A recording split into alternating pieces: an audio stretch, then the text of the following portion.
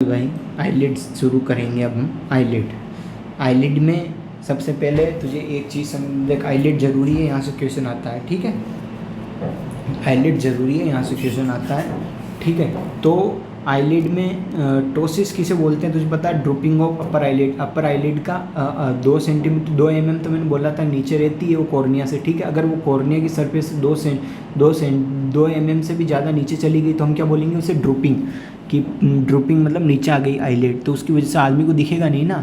अब धीरे धीरे वो प्यूपिल को अगर कवर कर लेगी तो बिल्कुल ही नहीं दिखेगा, ठीक है। तो इसलिए हम क्या करते हैं कि ड्रूपिंग। तो पहला है तेरा माइल्ड ड्रूपिंग, मतलब 2 mm तक की है, वहाँ तक नॉर्मल है, उसे बोलते हैं माइल्ड ड्रूपिंग। और 2 mm से थोड़ी ऊपर नीचे, अगर 3 mm की अगर कवरिंग है तो उसे बोलेगा तू LPS।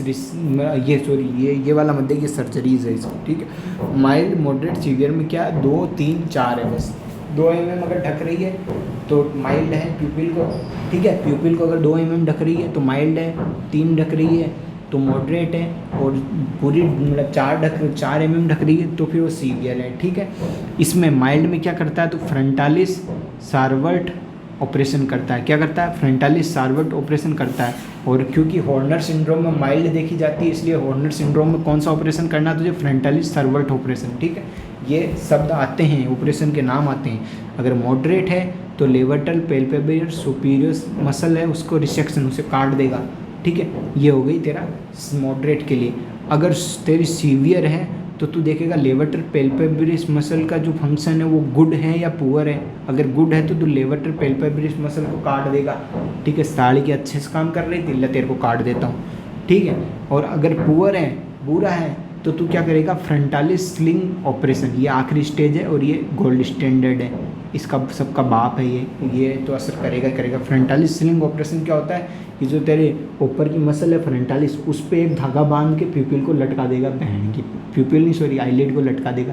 तो ये तेरी भैंस की पूंछ ऊपर लटकती रहे, अब तो बंद नहीं होगी। समझ रहा है तू बात को? अब तुझे बंद करना होगा, तुझे अपनी फ्रंटल मसल को नीचे करना होगा तो ऑटोमेटिक बंद हो जाएगी वो। अपनी फ्रंटल मसल को ऐसे ऊपर करेगा, उस ऊपर माथे पे ऐसे शिव जी की तरह त्रिपुंड बनाएगा तो ऑटोमेटिक वो ऊपर चली जाएगी, ठीक है। और अगर ढीला छोड़ देगा नीचे आ जाएगी, इस तरह से। उसे बोलते हैं फ्रंटालिस स्लिंग ऑपरेशन। स्लिंग मतलब धागा फ्रंटालिस मसल से बांध दिए। चलो अब आगे बढ़ते हैं। Eyelid very very very important. Eyelid के infections very very very very important part है ना। वेरी वेरी वेरी वेरी लगा ले, साला मेरो में बहुत क्वेश्चन पूछता है। चलो मतलब अपनी परीक्षा में पूछता है, सिर्फ मेरो में नहीं पूछता। चलो अब यहाँ पे तुझे समझना पड़ेगा कि कौन सी ग्लैंड का इन्फेक्शन है, ये बहुत बार पूछा जाता है, ठीक है। तो इस तरह से इसको याद करने का जिस सीक्वेंस में मैंने लिखा है, ठीक है। इंटरनल हॉर्ड्यूलम, फिर होता है तेरा स्टाई जिसे बोलते हैं हम एक्सटर्नल हॉर्ड्यूलम, और उसके बाद आता है तेरा कोलेजियन, ठीक है। उसके बाद आता है तेरा कोलिजियन। ये 3 चीज़ें होती है भाई, ठीक है। सबसे पहले हमें ये पता होना चाहिए इंटरनल हॉर्ड्यूलम क्या है। जैसे ये तेरी आईलिड है, ठीक है, नीचे वाली आईलिड मैंने इस तरह से बना दी, ऊपर तेरी इसके ऊपर इस आँख फाँख कुछ भी समझ ले, ठीक है। तो ये जो नीचे वाली आईलिड है इसके अंदर की तरफ अगर तेरे को एक छोटी सी पस पॉइंट कोई चीज़ मिल गई तो उसे बोलेगा इंटरनल हॉर्ड्यूलम, ठीक है। अगर ये तेरी नीचे की आईलिड है और इसके ऊपर अगर तेरे को अगर कोई पुंसी मिल गई तो उसे बोलेगा तू स्टाई, ठीक है। और अगर तेरी अपर आईलिड या फिर नीचे की आईलिड से काफ़ी दूर, थोड़ी दूर अगर तेरे को एक पुंसा मिल गया मोटा सार का तो तू उसे बोलेगा एक्सटर्नल हॉर्ड्यूलम या फिर कोलिजन। सॉरी, एक्सटर्नल हॉर्ड्यूलम और स्टाई एक होता है, एक्सटर्नल हॉर्ड्यूलम और स्टाई एक होता है, इसे बोलेगा तो कोलिजियन, ठीक है। तो कोलिजियन, फिर स्टाई, और अंदर की तरफ इंटरनल हॉर्ड्यूलम, ठीक है। इंटरनल हॉर्ड्यूलम, स्टाई या फिर एक्सटर्नल हॉर्ड्यूलम, या फिर इसे बोलेगा तेरा कोलिजियन, ठीक है। ये बात तो तेरे को सीक्वेंस क्लियर हो गई। अब इसी तरह इसमें ग्लैंड है, इसलिए तेरे को मैं बोल रहा था 2 M के बीच में एक G है, ठीक है। 2 मेल के बीच में एक G है, ठीक है। तो MGM, ठीक है। तो इस तरह से है। तो ऊपर का कोलेजियन और नीचे का इंटरनल हॉर्ड्यूलम, ये दोनों किस ग्लैंड के अंदर इन्फेक्शन है तेरा? मेबोमियन ग्लैंड में, इसलिए मैं लिख रहा था M, ठीक है। और जो तेरा बीच वाला स्टाई या फिर एक्सटर्नल हॉर्ड्यूलम किस ग्लैंड के अंदर इन्फेक्शन है तेरा? G माने GS ग्लैंड के अंदर, ठीक है। तो मेबोमियन ग्लैंड का इन्फेक्शन है भाई, GS ग्लैंड का इन्फेक्शन है भाई, या फिर तेरा मेबोमियन ग्लैंड का इन्फेक्शन है। तो 2 M के बीच में एक G, इसी तरह से याद रखना है तेरे को, ठीक है। अब आगे चलते हैं। अगर नाम में हॉर्ड्यूलम है मतलब इसे बहुत होर हो रहा, बहुत पेन हो रहा है, ठीक है। हॉर्ड्यूलम में बहुत दर्द होता है भाई पेशेंट को, ठीक है भैया। तो हॉर्ड्यूलम एक पेनफुल कंडीशन है। साथ में इस हॉर्ड्यूलम में हमें देखने को क्या मिलता है, एक्सटर्नल पस पॉइंट देखने को मिलता है, मतलब फुंसी के ऊपर एक छोटा सा सफ़ेद सा दाना बना होता है। तो एक पस पॉइंट देखने को मिलता है हमें, किस में देखने को मिलता है, वो इंटरनल हॉर्ड्यूलम और एक्सटर्नल हॉर्ड्यूलम, जिसे स्टाई भी बोलते हैं, ठीक है। ये पेनफुल है, इसमें पस पॉइंट देखने को मिलता है, ठीक है। ये सारी बातें हो गई। और इन दोनों का इलाज भी सेम है। क्या इलाज है भाई, इसमें एनासिड देंगे दर्द के लिए, क्योंकि इससे आदमी को दर्द हो रहा है। साथ में ये इन्फेक्शन है तो एंटीबायोटिक दे देंगे, काम सेट। लेकिन ये जो कॉलेजियन है ना, इसमें जो मेबोमियन ग्लैंड है ना, इसमें क्या हो जाता है कि ये पहले पेनलेस है, ये बात हमें पता होनी चाहिए, ऊपर के दोनों पेनफुल थे। इसमें लाइपोग्रेनुलोमेटस नोड्यूल बन जाते हैं, मतलब कि वहाँ पे लिपिड जाके भर जाती है, बहुत सारी तेल भर जाता है भैंस के, ऐसे समझ लें, ठीक है। तो अब वो तेल है, तो तेल को एंटीबायोटिक देख के तो मार नहीं सकता या फिर मिटा नहीं सकता, तो तेल को कैसे मिटाएगा, इंसिजन एंड ड्रेनेज। क्या करना पड़ेगा, तुझे काट के बाहर निकाल देना साले तेल को, तो तेल को काट के बाहर निकाल देना भैया, तो उसे बोलते हैं इंसिजन एंड ड्रेनेज, ठीक है। अब ये क्या है कि रिकरेंट इसकी प्रवृत्ति होती है बहन के लिए, recurrence prone to sebaceous cell carcinoma. अगर बार बार हो रहा है ये, ठीक है, अगर बार बार हो रहा है ये, तो कौन सा कैंसर कर सकता है, sebaceous cell carcinoma, very very important, ठीक है। अगर बार बार कॉलेजियन हो रहा है तो सीबेशियस सेल कार्सिनोमा हो सकता है पेशेंट को। इस केस में इंट्रालीजनल स्टेरॉइड देना पड़ेगा। इस केस में अगर बार बार हो रहा है, ताकि बार बार ना हो, तो हम क्या देंगे, इंट्रालीजनल स्टेरॉइड्स देंगे, ठीक है भैया। ये अंदर की तरफ है, ये लिड है, ये लिड के अंदर की तरफ है, तो क्या हो गया, इंटरनल हॉर्ड्यूलम। अगर ये लिड की मार्जिन पे बाहर की तरफ देख पा रहा है, तू बाहर की तरफ देख पा रहा है, ये देख, अगर ये देख पा रहा है तो इसे बोलेंगे हम एक्सटर्नल हॉर्ड्यूलम। फिर ये बाहर की तरफ मोटा सारा गुंबद देख पा रहा है, सबसे बाहर, ये लिड की मार्जिन पे नहीं है, ये लिड के ऊपर है। अगर ये तो देख पा रहा है ऊपर की तरफ, तो इसे बोलते हैं कॉलेजियन, ठीक है। अब कॉलेजियन को क्या करते हैं हम, काट के बाहर निकालते हैं, तो अंदर की सरफेस हम क्या करेंगे, यहाँ पे एक कॉलेजियन क्लम्प लेंगे। कॉलेजियन क्लम्प परीक्षा में पूछा जाता है, एक इंस्ट्रूमेंट दिखाएगा, पूछेगा क्या है ये, किस सर्जरी में यूज करते हैं ये, इस तरह से पूछते हैं साले। तो वो कॉलेजियन क्लम्प है जिसे कॉलेजियन की सर्जरी में यूज करते हैं। ये देखिए गोला सा है, ठीक है, इस तरह से इसका आगे प्लास सा बना हुआ है, ठीक है। इस गोले से प्लास से लेके इस मार्जिन पे दबाएंगे, यहाँ बीच में चीरा लगा के सारा माल बाहर निकाल लेंगे हम लोग। बहुत तेज है वह झूठ, समझ गया बात को, ये सारी बात हो गई। चलो अब आगे बढ़ते हैं हम नेक्स्ट चीज़ में। अब ये जो आगे के आँखों के आगे ऊपर के बाल हैं, अगर ये चिपक के यहाँ कॉर्निया पे तूने रगड़ दिए तो उसे बोलते हैं ट्रिकिएसिस। क्या बोलेंगे, ट्रिकिएसिस, जो किस में देखने को मिलता है तुझे, ट्रकोमा में, याद है तेरे को, ट्रकोमा में देखने को मिलता है। फिर होता है तेरा एंट्रोपियन। एंट्रोपियन क्या है कि इनवर्ड मुड़ी हुई आईलिड जो अंदर मुड़ गई, तो उसे बोलते हैं एंट्रोपियन। एक्सट्रोपियन, आईलिड ऊपर उठ गई, इस तरह से बोल दिया तुझे एक्सट्रोपियन, ठीक है। ये दोनों मोस्ट कॉमन कॉज क्या, सिनाइल मतलब बुढ़े। तो इन दोनों के अंदर सर्जरी कौन सी की जाती है, वी प्लास्टी। क्या किया जाता है, V plasty, please remember, very very important, ठीक है भैया।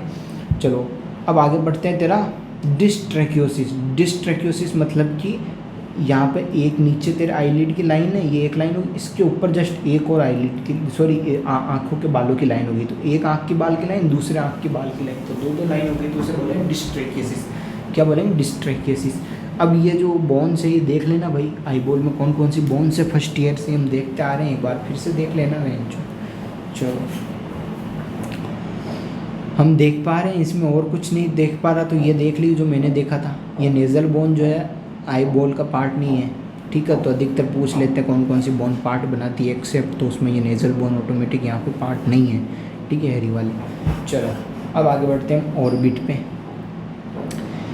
भाई मेरी तो फटने लगी, मैं जो ऑर्बिट पढ़ाने के बाद रुक जाऊँगा मैं, ठीक है।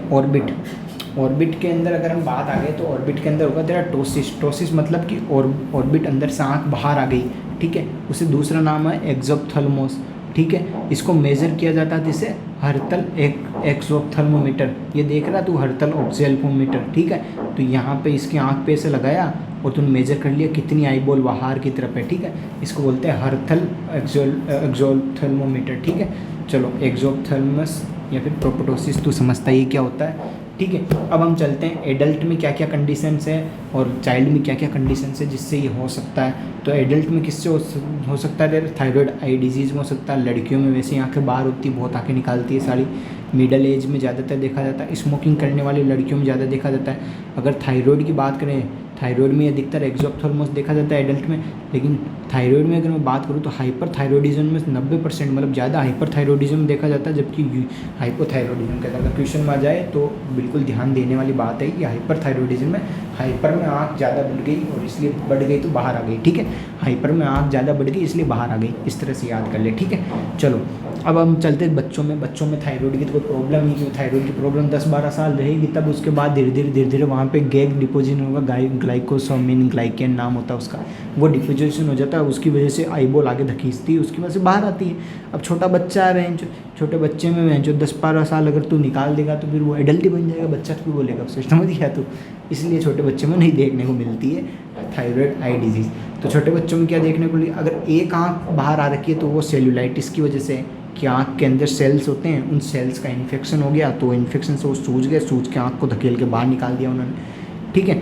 और अगर बाइलेटरल है, मतलब कोई ना कोई कैंसर है जो मेटास्टेसाइज कर गया आँख के अंदर और वो बाहर निकाल रहा है आँखों को, ठीक है। इस तरह से याद करना है। चलो अब आ जाते हैं थायराइड आई डिजीज़ के ऊपर। कुछ चीज़ें बहुत ज़्यादा ज़रूरी है थायराइड आई डिजीज़ के बारे में पता होना चाहिए।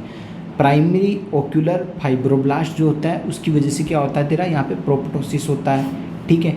Secondary extra ocular muscle involvement की अगर मैं बात करूँ तो कौन सी है जो सेकेंडरी एक्स्ट्रा ओक्यूलर मसल्स हैं जो यहाँ पे इन्वॉल्व होती है, तो फर्स्ट है तेरी इन्फीरियर रेक्टस। ये बहुत ज़्यादा जरूरी है। इन्फीरियर रेक्टस जो है सबसे पहले जो है यहाँ पे क्या होती है, इन्वॉल्व होती है।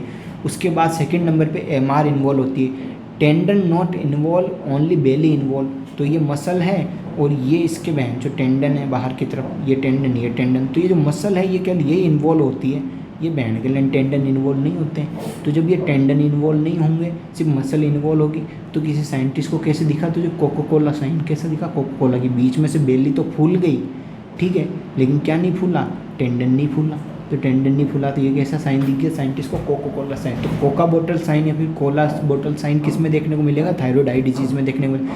पहली मसल कौन सी इन्वॉल्व होगी, इन्फीरियर रेक्टस होगी, ठीक है। उसके बाद मिडल रेक्टस होगी।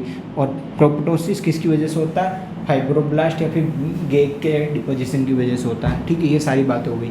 अब आगे चलते हैं तेरे केवर्नस साइनस फिस्टुला की अगर मैं बात करूँ, ठीक है। Cavernous sinus thrombosis, sorry not fistula. तो केवर्नस साइनस थ्रोम्बोसिस के अंदर क्या देखने को मिलेगा तुझे, ऑर्बिटल सेलुलाइटिस देखने को मिलेगा, एंटीरियर इथ्योमोडल साइनोसाइटिस देखने को मिलेगा, ठीक है। तो ये होता क्यों, केवर्नस साइनस थ्रोम्बोसिस क्या होता है कि जब ऑर्बिट के अंदर अगर कोई इन्फेक्शन हो जाता है तो वहाँ से वो इन्फेक्शन ऑर्बिटल वेन के थ्रू किस में चला जाता है, केवर्नस साइनस में, और वहाँ पे जाकर क्या करा जाता है, थ्रोम्बोसिस करा देता है। दूसरी चीज़ क्या है कि आँख है, आँख के जस्ट ऊपर क्या होता है, यहाँ पे इथोमोइड होती है। तो अगर ये इथोमोइड बोन है, अगर इथोमोइड बोन का अगर इन्फेक्शन हो गया, एक्यूट इथोमोइडल साइनसाइटिस, इथोमोइड के साइनस का क्या हो गया, इन्फेक्शन हो गया, तो वहाँ से भी इथोमोइडल वेन के थ्रू किस में आएगा, केवर्नस साइनस में आएगा इन्फेक्शन, और केवर्नस साइनस का क्या हो जाएगा, थ्रोम्बोसिस। समझ में आ गई बात। इसमें पेशेंट को क्या देखने को मिलता है, फीवर, चिल्स, रेगर, प्रोपोटोसिस, डिप्लोपिया, ठीक है। चलो ये सारी बातें देखने को, यहाँ पर डिप्लोपिया क्यों देखने को मिले, LR6 का इन्वॉल्वमेंट है, lateral rectus cranial number 6 LR6। तो LR6 का इन्वॉल्वमेंट है, इसलिए तेरे को क्या देखने को मिला, डिप्लोपिया देखने को मिला। पैथोग्नोमिक साइन क्या है इसमें तेरा, मेस्टोडाइटिस, मतलब मेस्टोइड जो है, जो कान के पीछे ये गोल गोल है मेस्टोइड, अगर वो सूजन आ जाए तो उसे बोलते हैं मेस्टोडाइटिस, ठीक है। उसके साथ ये देखने को मिलता है। एनाल्जेसिक देना, एंटीबायोटिक देना, एंटीकोगुलेंट देना भाई, ठीक है। उसके बाद चलते हैं कैरोटिको केवर्नस फिस्टुला। ये क्या, abnormal opening of internal carotid artery, internal carotid artery into cavernous sinus. तुझे पता है कि भाई, तुझे पता है केवर्नस साइनस है, इसके अंदर से इस तरह से एस टाइप में मुड़ के क्या निकलती है तेरी, इंटरनल कैरोटिड आर्टरी। अगर ये कहीं से फट गई और यहाँ पे कनेक्शन बन गया तो उसे बोलेंगे कैरोटो केवर्नस फिस्टुला, ठीक है भैया। इसमें क्या देखने को मिलेगा तुझे, बेंडी ट्रायड। क्या देखने को मिलेगा, बेंडी ट्रायड। बेंडी ट्रायड में क्या होगा, जैसे जैसे इंटरनल कैरोटिड आर्टरी से खून बाहर निकलेगा केवर्नस साइनस में, और केवर्नस साइनस किससे जुड़ा हुआ, ऑप्थेल्मिक वेन, ऑप्थेल्मिक वेन आँख से जुड़ी हुई है, तो ये खून इधर धक्का मारेगा तो आँख को धक्का लगेगा, तो पल्सेटाइल प्रोपोटोसिस, कभी आँख आगे जा रही कभी आँख पीछे जा रही, तो जितनी हार्ट की धड़कन उतनी बार आँख आगे पीछे आगे पीछे आगे पीछे आगे पीछे, उसे बोलते हैं पल्सेटाइल प्रोपोटोसिस। ठीक है, क्या देखने को मिलेगा? काइमोसिस। काइमोसिस मतलब क्या? Oedema of conjunctiva. कंजक्टाइवा एकदम लालिचार हो जाएगी, एकदम समझ गया तो, पूरा पानी पानी। ठीक है, उसके बाद आएगा ब्रूट। ब्रूट मतलब कि जब आँख पे तू स्टेथोस्कोप लगा के सुनेगा, तुझे क्या सुनाई देगी? फर भी सुनाई दे रही है, वो बार बार खून पंप कर रहा है किसके अंदर? उस फिस्टुला के थ्रू, किसमें? आँख में। तो ऐसे आवाज़ आई, जितनी बार रिदम है उसी तरह आवाज़ आएगी। ठीक है, उसके बाद आ जाती है tram track appearance, very important. Tram track appearance optic nerve meningioma देखा जाता है। ठीक है, उसके बाद आते हैं फ्यूजिफॉर्म इनलार्जमेंट, ठीक है, ऑफ ऑप्टिक नर्व। ठीक है, ये किस में देखा? ऑप्टिक नर्व ग्लायोमा में देखा जाता है। ऑप्टिक नर्व का अगर ग्लायोमा हो गया, मतलब कैंसर एक तरह का, ऑप्टिक नर्व का अगर ग्लायोमा हो गया तो तुझे क्या देखने को मिला? फ्यूजिफॉर्म इनलार्जमेंट देखने को मिलेगी। अगर ऑप्टिक नर्व का मेनिंजियोमा हो गया तो तुझे क्या देखने को मिलेगा? ट्रेमटेक अपीयरेंस देखने को मिलेगी। ठीक है ब्रो, यहाँ तक, थैंक यू।